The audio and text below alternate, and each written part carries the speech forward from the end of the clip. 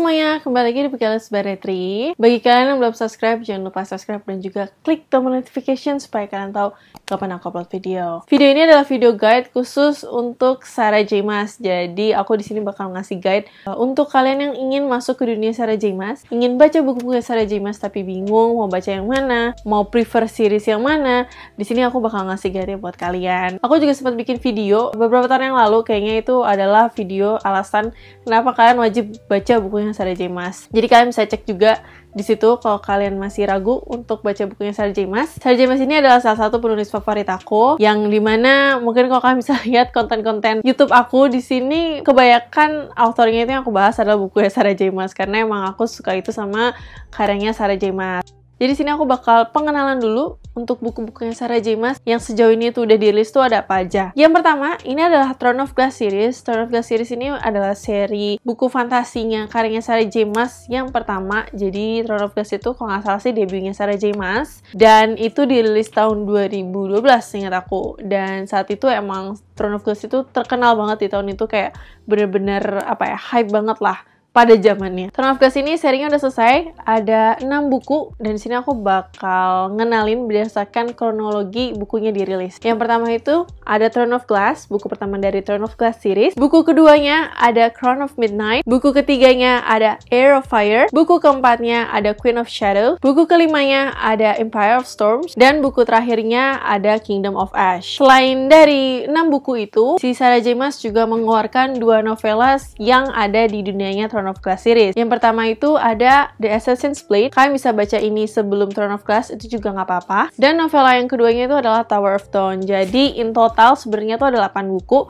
6 buku itu adalah seri utamanya, dan 2 buku adalah buku companion ke serinya tersebut. Throne of Glass ini menceritakan karakter utama bernama Celaena Sardothien, umur 18 tahun. Si Celaena Sardothien ini adalah pembunuh bayaran. Karena dia tertangkap atas kelakuan yang dia tersebut, dia masuk ke camp slave gitu, jadi khusus camp para budak itu, dan dia akhirnya ketemu sama Prince Dorian, yang dimana si Celaena Sardothien itu mendapat kesempatan untuk bisa bebas dari statusnya yang awalnya itu jadi slave. Tapi untuk si Celaena bebas ini, dia harus compete nih, harus ikut kompetisi, yang dimana dia harus bisa mengalahkan sesama assassin juga, itu lawan-lawannya dia.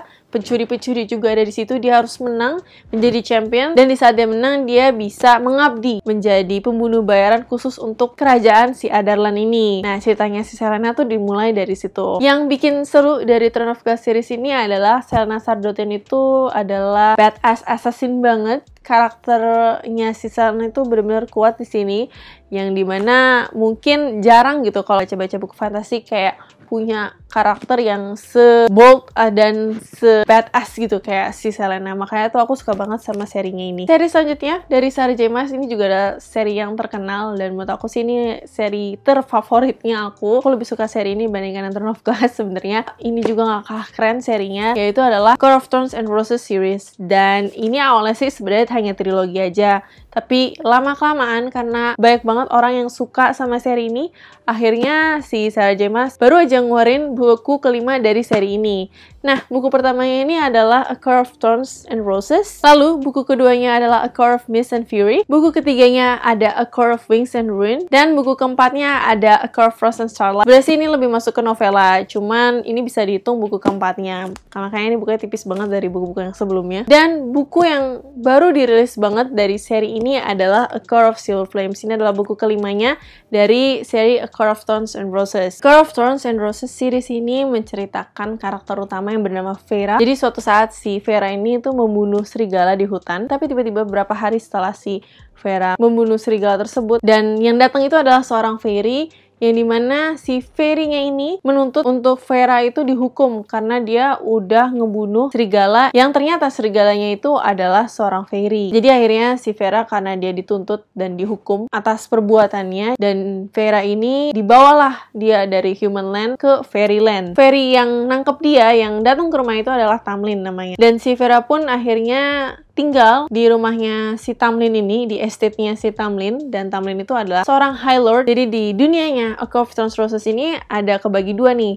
ada Human Land dan Fairyland, dan di Fairyland itu kebagi lagi menjadi beberapa courts, ada Spring Court, Autumn Court. Feyre ini tinggal di Spring Court, karena Spring Court ini yang dekat dengan Human Land. Di Fairyland itu gak seperti apa yang dia kira. Tetapi di saat bersamaan ada juga ancaman yang mengancam dunianya si Fairy ini. Dan disitulah ceritanya dimulai. Kalau untuk A Curve Stone series ini emang sebenarnya masih masuk ke yang adult genre. Tapi untuk bukunya yang kedua dan buku yang ketiga, dan bahkan ini buku yang kelimanya, itu udah masuk ke adult fantasy. Jadi mungkin ini lebih cocok untuk dibaca kalau umur kalian udah 18 tahun ke atas. Yang terakhir, ini adalah buku rilisan terbarunya Sarah J. Maas tahun kemarin, yaitu Crescent City, House of Earth and Blood. Ini masuk genrenya sih lebih ke urban fantasy, tapi udah masuk ke adult genre, jadi udah nggak yang adult lagi. Dunia yang ada di sini itu lebih campur-campur gitu, jadi ada fairy ada, terus kayak mermaid pun juga ada, dan khas banget dengan cara dan dunianya Sarah J. Maas gitu. Ini menceritakan karakter utama bernama Bryce Quinlan. Jadi Bryce Quinlan itu adalah seorang half fae dan half human.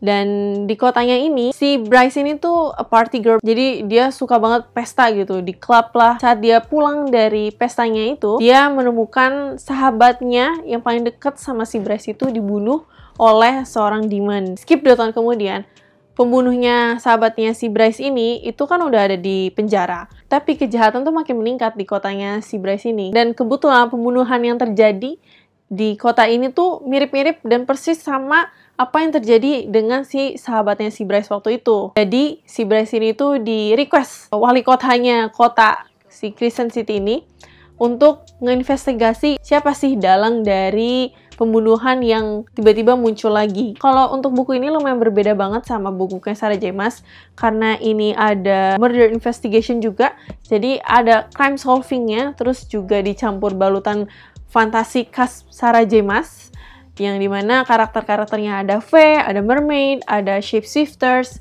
terus dan juga apa ya, kayak genrenya itu kan masuk urban fantasy, jadi emang bener-bener berbeda sama genrenya Sarah J. Maas buku yang Throne of Glass ataupun yang Kotar, itu kan lumayan berbeda. Jadi kalau kalian emang lebih prefer untuk genre yang kayak gitu, mau ada sentuhan crime solving, kalian bisa coba baca buku yang Crescent City. Untuk sekarang, ini bukunya baru 1 aja, tapi buku keduanya setahu aku itu masih on the way dan akan dirilis tahun depan. Nah, jadi itu adalah guide aku untuk kalian yang tertarik buat baca bukunya Sarah J. Maas. Semoga bermanfaat. Jangan lupa like, comment, dan subscribe. See you guys in the next video. Bye-bye!